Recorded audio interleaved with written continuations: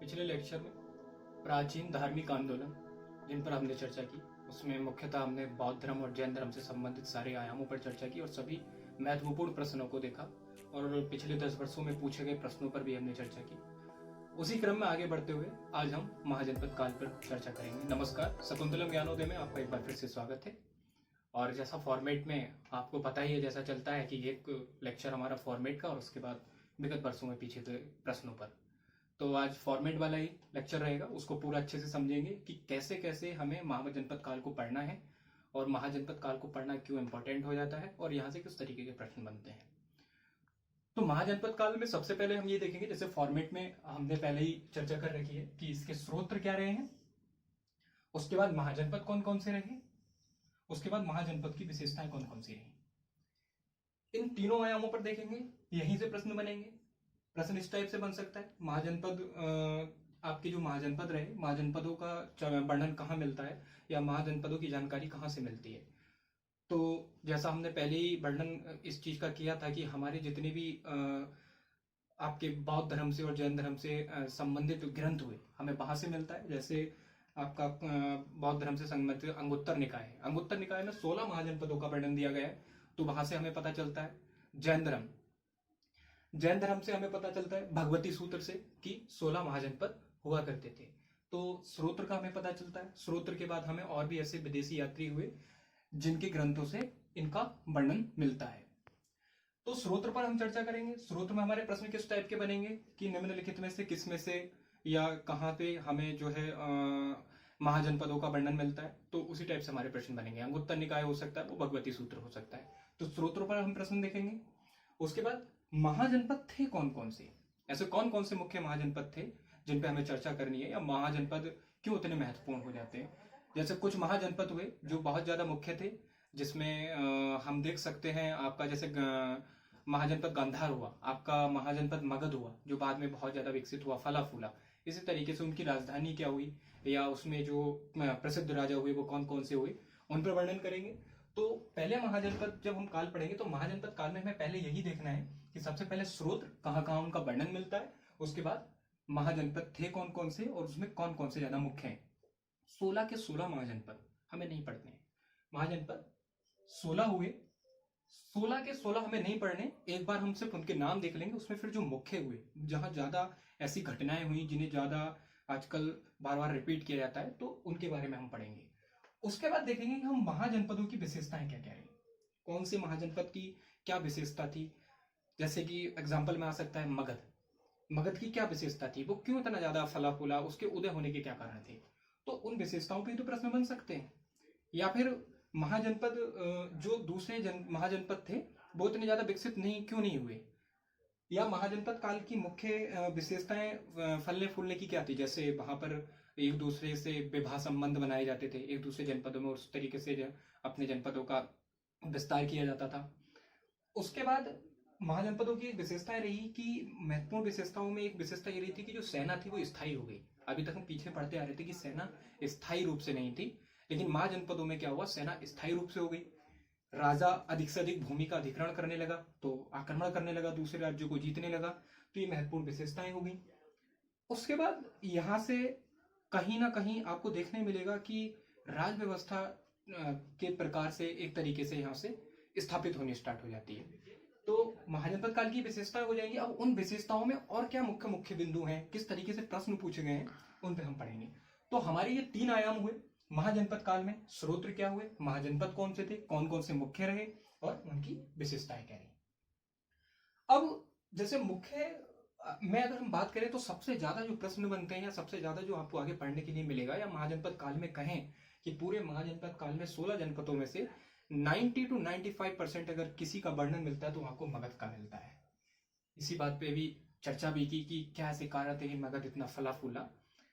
तो मगध साम्राज्य के फलने फूलने के हम कारण देखेंगे। स्थापना मगध में किन किन शासकों ने कौन कौन से वंश की स्थापना की, कौन कौन से वंशों का उदय हुआ, शासक कौन कौन महत्वपूर्ण रहे, उदय के क्या कारण थे और यहाँ का प्रशासन कैसे रहा, इन सारी चीजों पर वर्णन करेंगे। मगध साम्राज्य के इतने ज्यादा फलने फूलने का क्या कारण रहा। सबसे पहले मगध साम्राज्य आपका उत्तरी भारत में एक देखा जाए तो दोआब रीजन का क्षेत्र था। दोआब रीजन जहाँ पे दो नदियां या दो से अधिक नदियां या मुख्यतः दो नदियां मिलकर के किसी जिस क्षेत्र को सींचती है, वो पूरा क्षेत्र दोआब क्षेत्र में आता है। तो ये अगर आप मगध के क्षेत्र को आज का देखें तो कुछ यूपी और जो बिहार वाला रीजन आता है तो वो मगध क्षेत्र है। तो वहां पे क्या है कि एग्रीकल्चर बहुत अच्छा था। तो यहाँ पे क्या था, मुख्य व्यवसाय कृषि था, तो कृषि बहुत अच्छा हुआ। उसके बाद लोहे का अधिक उपयोग, जब लोहे का अधिक उपयोग हुआ तो हल का भी उपयोग हुआ होगा। हल का जब अधिक उपयोग हुआ तो कृषि में एक तरीके से एकदम से बूस्ट मिला होगा। और भी बहुत सारी चीजें रही। लोहे के उपयोग से अच्छे भाले बनने लगे, अच्छे हथियारों का निर्माण किया जाने लगा, जिससे दूसरे राज्यों को जीतना आसान हो गया। तो इस तरीके से कह सकते हैं कि लोहे की खानों का होना, कृषि क्षेत्र का बहुत ज्यादा अधिक विकसित होना मगध साम्राज्य के कहीं ना कहीं फलने फूलने के कारण रहे। उसके बाद मगध साम्राज्य में हमने ये देखना है कि प्रशासन कैसा रहा और वहां की अर्थव्यवस्था क्या रही। अब अर्थव्यवस्था में से यहीं से लिंक कर सकते हैं हम। कृषि मुख्य चीज थी, जो कृषि व्यवस्था थी वो इनका मुख्य बिंदु था एक तरीके से देखा जाए तो व्यवसाय का। और अर्थव्यवस्था में जो इन्होंने हम उसको प्रशासन में भी देखेंगे और अर्थव्यवस्था में भी रहेंगे कि जो कर था पहले किसी इंडिविजुअल पे या एक श्रेणी में बांट दिया जाता था, लेकिन अभी क्या था, जो कर लिया जाता था वो व्यापारियों से भी लिया जाने लगा। व्यापारियों का एक गिल्ड प्रकार का होता था, गिल्ड जिसमें व्यापारी बहुत तरीके के बहुत ज्यादा व्यापारियों का एक समूह होता था। तो अब व्यापारियों से भी कर लिया जाने लगा, कृषकों से भी कर लिया जाने लगा। और जो हम विदेशी आक्रमण करते थे या तो उनके पूरे राज्य को अपने राज्य में मिला लिया जाता था, या किसी विशेष शर्त पे जिससे बहुत से बहुत ज्यादा कर लिया जाता था उनको स्वतंत्र छोड़ दिया जाता था। तो इन सारी चीजों पे हम अर्थव्यवस्था के आयाम देखेंगे, समाज देखेंगे, समाज कैसा था। जैसे समाज में हम देख सकते हैं, क्या वहां सती प्रथा थी? नहीं थी, लेकिन साहित्यिक वर्णन मिलता है, लेकिन सती प्रथा नहीं थी। क्या बाल विवाह था? क्या बहुपत्नी प्रथा थी? ये सारी चीजें हम देखेंगे कि समाज में तो जो उनका जो सामाजिक जीवन है वो इस प्रकार का हो जाएगा। बाकी हम धर्म देखेंगे कि धार्मिक व्यवस्था वहां कैसी थी। तो देखो, जो हमने पीछे पढ़ा था बौद्ध धर्म और जैन धर्म से संबंधित, तो उसमें क्या था कि ऋग्वैदिक काल में ब्राह्मणवाद बहुत ज्यादा बढ़ गया था। उस वजह से हमारे बौद्ध धर्म और जैन धर्म का हमने देखा उदय हुआ। लेकिन धीरे धीरे क्या हुआ कि ब्राह्मण धर्म में बहुत ज्यादा, जो ब्राह्मणिज्म था उसमें बहुत ज्यादा सुधार हुआ। तो अब क्या हुआ कि बौद्ध धर्म ने, हमने देखा कि बौद्ध धर्म के इंडिया से जाने के क्या कारण थे, कि इसमें भी बहुत ज्यादा मूर्ति पूजा या मतलब देखा जाए तो भिन्न प्रकार की विशेषताएं स्टार्ट हो गई, जिनको खुद गौतम बुद्ध ने मना किया था। तो लोग वहां अब जो है नहीं रुक सके। अब वो उन्होंने क्या हुआ, दोबारा से ब्राह्मण धर्म की ओर को देखना स्टार्ट कर दिया, क्योंकि एक तो ब्राह्मण धर्म में सुधार हो चुका था और भी बहुत सारी चीजें थी जिन पे हम चर्चा करेंगे। तो धीरे धीरे क्या हुआ कि मगध साम्राज्य तक आने के टाइम में हम देखेंगे कि ब्राह्मणिज्म फिर बहुत ज्यादा बढ़ गया। उसके बाद फिर हम देखेंगे कि ब्राह्मणिज्म के बढ़ने के बाद जो धर्म व्यवस्था थी, ब्राह्मणिज्म थी या फिर जैन व्यवस्था थी या बौद्ध व्यवस्था थी। अब हम देखेंगे कि ब्राह्मण धर्म होने के बाद किस तरीके से कौन कौन से शासक जिन्होंने बौद्ध धर्म को संरक्षण दिया, जैन धर्म को संरक्षण दिया, या एक और जो संप्रदाय था हमने इस पर बात की थी आजीवक संप्रदाय, उसको जो है उन्होंने संरक्षण दिया। जैसे सबसे अच्छा उदाहरण हम सम्राट अशोक का लेंगे। अशोक महान ने क्या किया कि सब एक वो ब्राह्मण, जैसे जहां उनको इंक्लूड किया जाता है, बहुत सारे जो आपको मिलेंगे उसमें ये मिलेगा, कुछ लोगों ने जो चंद्रगुप्त मौर्य को माना था, जो मौर्यंस को माना था, तो चंद्रगुप्त मौर्य के ही उत्तराधिकारी हुए अशोक। उनको उन्होंने क्या माना कि वो क्षत्रिय थे, कुछ ने माना वो शूद्र थे, कुछ ने माना कि वो सामान्य कुल से थे। तो इसमें बहुत ज्यादा मतभेद है, और किसने क्या माना वो भी जब हम अगले लेक्चर में जब प्रश्नों पर चर्चा करेंगे तो उसमें बिल्कुल वो आएगा कि किसने क्या क्या माना है। तो कहने का मतलब यही है कि किस तरीके से जो ब्राह्मण थे राजा, उन्होंने जैन धर्म, बौद्ध धर्म इनको संरक्षण दिया। तो बहुत सारी चीजें हम देखेंगे। तो ये समाज, धर्म और अर्थव्यवस्था हुई।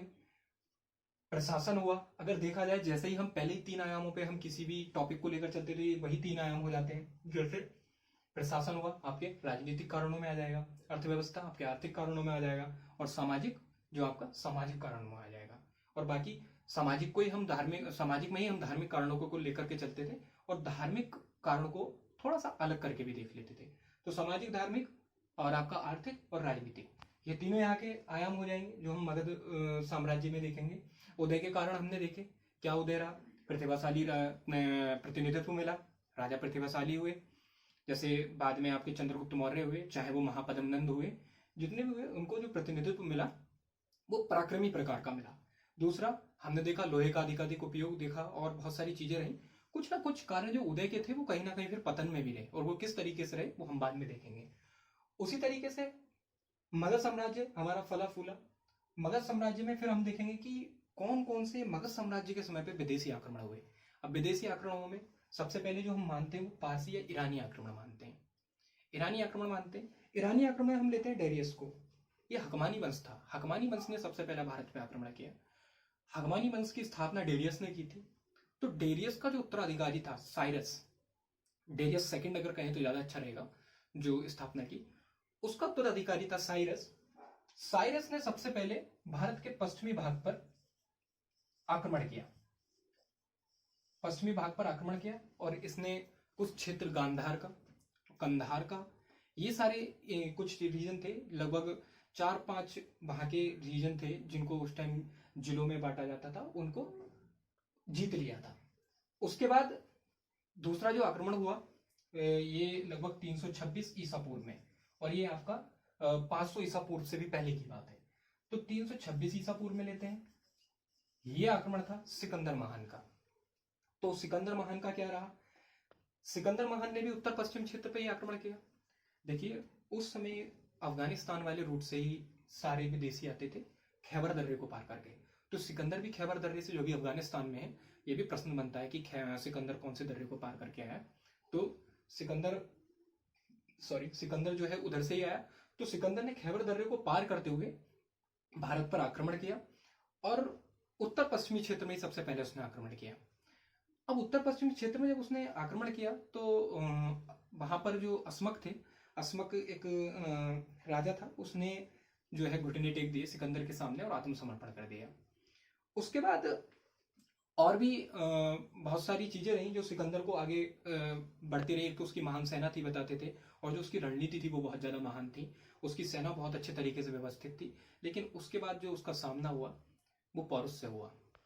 कहीं जगह आपको पुरु लिखा हुआ मिलेगा, कहीं जगह राजा पौरुष लिखा हुआ मिलेगा, और पौरुष ने उसके सामने बिल्कुल भी घुटने नहीं टेके और पूरी बहादुरी से लड़ा और अपनी कम सेना के साथ लड़ा।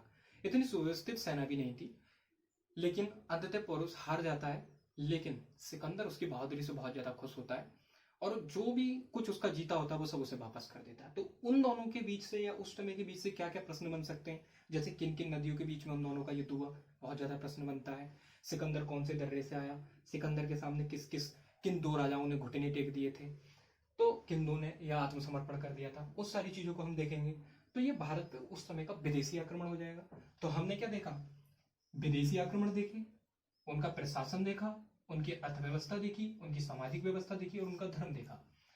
उसके बाद मगध के हमने उदय के कारण देखे, स्थापना देखी, ये सारी चीजें देखी। स्रोत देखे हमने महाजनपद काल के, महाजनपद कितने थे और उनकी विशेषताएं क्या थी। उसके बाद सिकंदर के बाद मौर्य काल हम देखते हैं कि मौर्य काल का क्या रहा था और कैसे कैसे क्या उसमें चीजें रही। देखिए हमने यहां पर देखा कि शासक वर्ग कौन कौन सा रहा मगध में। तो शासक वर्ग में अगर हम सबसे पहले देखें तो हमें हर्यक वंश का वर्णन मिलता है, हर्यंक वंश। तो इसमें हम देखेंगे हर्यंक वंश। अब वही वाली चीज सीधे आ जाती है फिर से, हर्यक वंश की स्थापना किसने की? तो हमें पता होना चाहिए महापद्मनंद, उनके उत्तराधिकारी हुए घनानंद। इसी तरीके से तो घनानंद को हराने हर्यक वंश में, माफ कीजिएगा, हर्यक वंश, सॉरी। उसके बाद शिशुनाग, शिशुनाग आते हैं। शिशुनाग जो है शिशुनाग वंश की स्थापना करते हैं।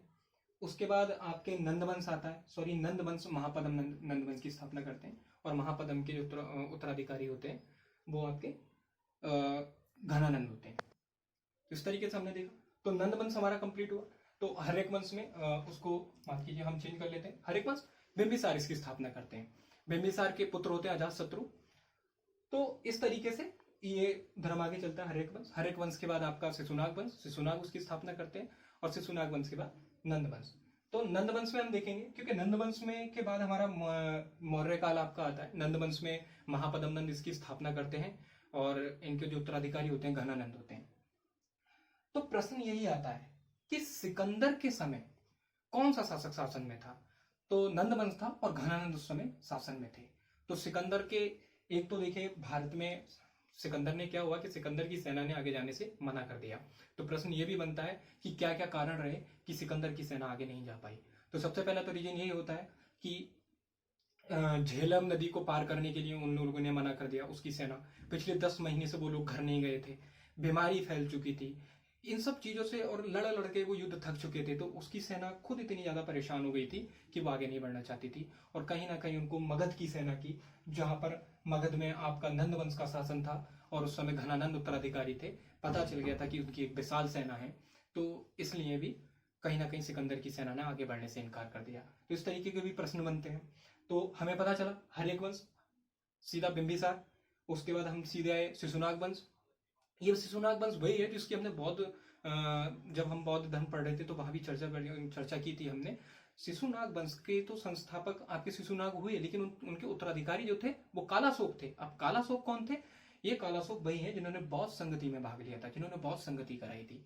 तो ये आपके कालाशोक हो जाते हैं। दूसरी बौद्ध संगति, पहली बौद्ध संगति अजातशत्रु। अब ये अजातशत्रु कौन थे? हर्यक वंश वाले। हर्यक वंश में, हर्यक वंश की स्थापना भले बिंबिसार ने की, लेकिन बिंबिसार के उत्तराधिकारी कौन थे? अजातशत्रु, जिन्होंने पहली बौद्ध संगति कराई। तो इस तरीके से हर्यक वंश लिंक करते पड़ेंगे हम इसको बौद्ध धर्म से। हर्यक वंश, हर्यक वंश के बाद आपका शिशुनाग वंश, शिशुनाग वंश के बाद आपका नंद वंश। नंद वंश में जो इनके अंतिम उत्तराधिकारी थे घनानंद, उनकी हत्या या कहें या उनको युद्ध में पराजित किया ये कहें, वो चंद्रगुप्त मौर्य ने कहा। अब चंद्रगुप्त मौर्य के बारे में जैसे मैंने पहले भी बताया, बड़ी विविधताएं हैं। कुछ लोगों का मानना है वो क्षत्रिय कुल से थे। अगर यूरोपीय विचारकों का माने तो उनका मानना है, जो इतिहासकार हुए हैं, कि वो सामान्य कुल से थे। और अगर बौद्ध धर्म के ग्रंथों से माने तो उन्होंने माना है कि वो शूद्र थे, शूद्र कुल से थे। तो चंद्रगुप्त मौर्य ने कौटिल्य के साथ मिलकर के, जिनका नाम विष्णुगुप्त भी है, आप जिन्होंने बाद में अर्थशास्त्र नामक ग्रंथ की रचना की, तो उनके साथ मिलकर के प्रश्न ये भी आता है कि किसकी सहायता से चंद्रगुप्त मौर्य ने घनानंद को हराया? तो कौटिल्य की। बाद में आगे उन प्रश्नों पर हम चर्चा करेंगे किस किस प्रकार से पूछा गया है। तो चंद्रगुप्त मौर्य ने घनानंद को पराजित किया और मगध साम्राज्य में मौर्य साम्राज्य की स्थापना की। तो यहां से आपका मौर्य काल स्टार्ट होता है। चंद्रगुप्त, फिर चंद्रगुप्त के बाद उनके जो उत्तराधिकारी होंगे वो किस किस प्रकार से आए, उनका क्या क्या योगदान रहा। चंद्रगुप्त के पुत्र बिंदुसार हुए, उन्होंने क्या क्या योगदान दिया, या उनके काल में कौन विदेशी यात्री आया, उनको क्या क्या नाम दिए गए। जैसे उनको क्या कहते हैं, किसी से क्या कहते, दुश्मनी ना रखने वाला, ये उनको संज्ञा दी गई। इस तरीके के बिंदुसार ने दक्षिण में काफी विस्तार किया। उनके बाद अशोक आए, बिंदुसार के पुत्र। अशोक ने किस तरीके से आपका नेपाल, अफगानिस्तान, जम्मू कश्मीर, पूरे भारत में इनको कैसे व्यवस्थित किया। ये उन्होंने कश्मीर में जो श्रीनगर शहर है उसको, या कश्मीर शहर को किस तरीके से व्यवस्थित किया, जम्मू कश्मीर में कौन सा शहर बसाया, नेपाल में कौन सा शहर बसाया, उस तरीके से। प्रश्न ये बहुत बनता है क्या अशोक के काल में असम उनके साम्राज्य में था या नहीं था। तो इस तरीके के प्रश्न बहुत आते हैं। उसी के बाद हम चलेंगे कि अशोक के बाद जैसे कि और भी उनके जो उत्तराधिकारी हुए वो कौन कौन से हुए, या फिर मौर्य में काल में जो अंतिम शासक हुआ वो कौन हुआ। जैसे बृहद्रथ हुए, बृहद्रथ की हत्या लास्ट में किसने की, क्यों की? देखिए, बृहद्रथ की हत्या उन्हीं के ही सेनापति कहा जाता है कि पुष्यमित्र शुंग ने की और शुंग वंश की स्थापना की। तो क्या कारण रहे ऐसे कि जो शुंग वंश था उसको आना पड़ा? शुंग वंश एक ब्राह्मण वंश था, कि शुंग वंश की स्थापना क्यों हुई, क्या कारण थे? या फिर मौर्य इतनी ज्यादा, जिसमें अशोक महान, चंद्रगुप्त मौर्य ऐसे शासक हुए, कौटिल्य जैसे महान नेतृत्व का योगदान मिला, फिर भी पतन के क्या कारण रहे? उदय के कारण हमने देखे, उदय के कारण बिल्कुल वही रहेंगे जो मगध के थे और प्रतापी राजाओं का सहयोग मिला। लेकिन पतन के क्या कारण रहे? पतन के भी यही कारण थे। एक तो कलिंग युद्ध के बाद अशोक ने क्या किया कि अहिंसा की नीति को अपना लिया। दूसरी चीज, बौद्ध धर्म को बहुत ज्यादा संरक्षण दिया। तो ब्राह्मण उनके जो है अपोजिट में हो गए। जो ब्राह्मण संप्रदाय था पूरा जो है उनके विरुद्ध चले गया। ज्यादा से ज्यादा उन्होंने बौद्ध धर्म को अगर संरक्षण दिया, बहुत ज्यादा उसको बढ़ावा दिया।